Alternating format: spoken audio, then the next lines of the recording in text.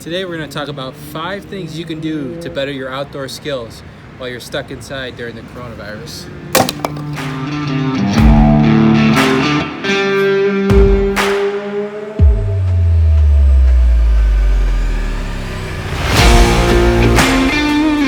Matt here with Jtown Outdoors. Today's video is going to be talking about the 5 things that you can do at home. They're going to better your outdoor skills and make you ready for your next adventure once this coronavirus passes.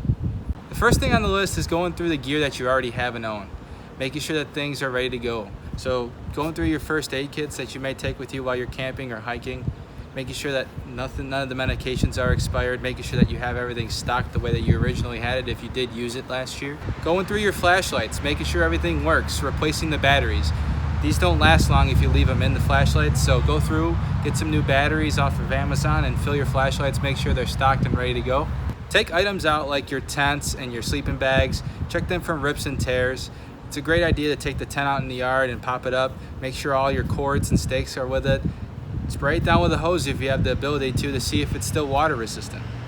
Next item on the list is working on your fire making skills, whether that's making some burnable tinder out of cotton balls and Vaseline, practicing with a fire starter like I have here from Gerber, or even just chopping some firewood up and getting it ready to take with you when you go camping or for your own yard.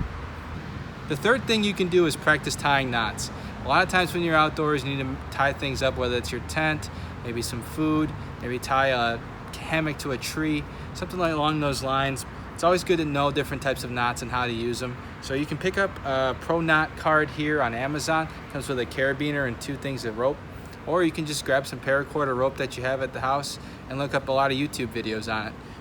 Along with that, and paracord in general, learning how to properly store and wrap your paracord, or possibly spending some time tying knots and making some bracelets.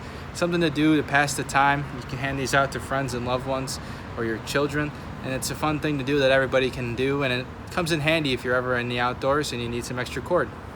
The fourth thing on the list is spending time sharpening your blades. A dull knife or a dull axe does you no good out in the outdoors.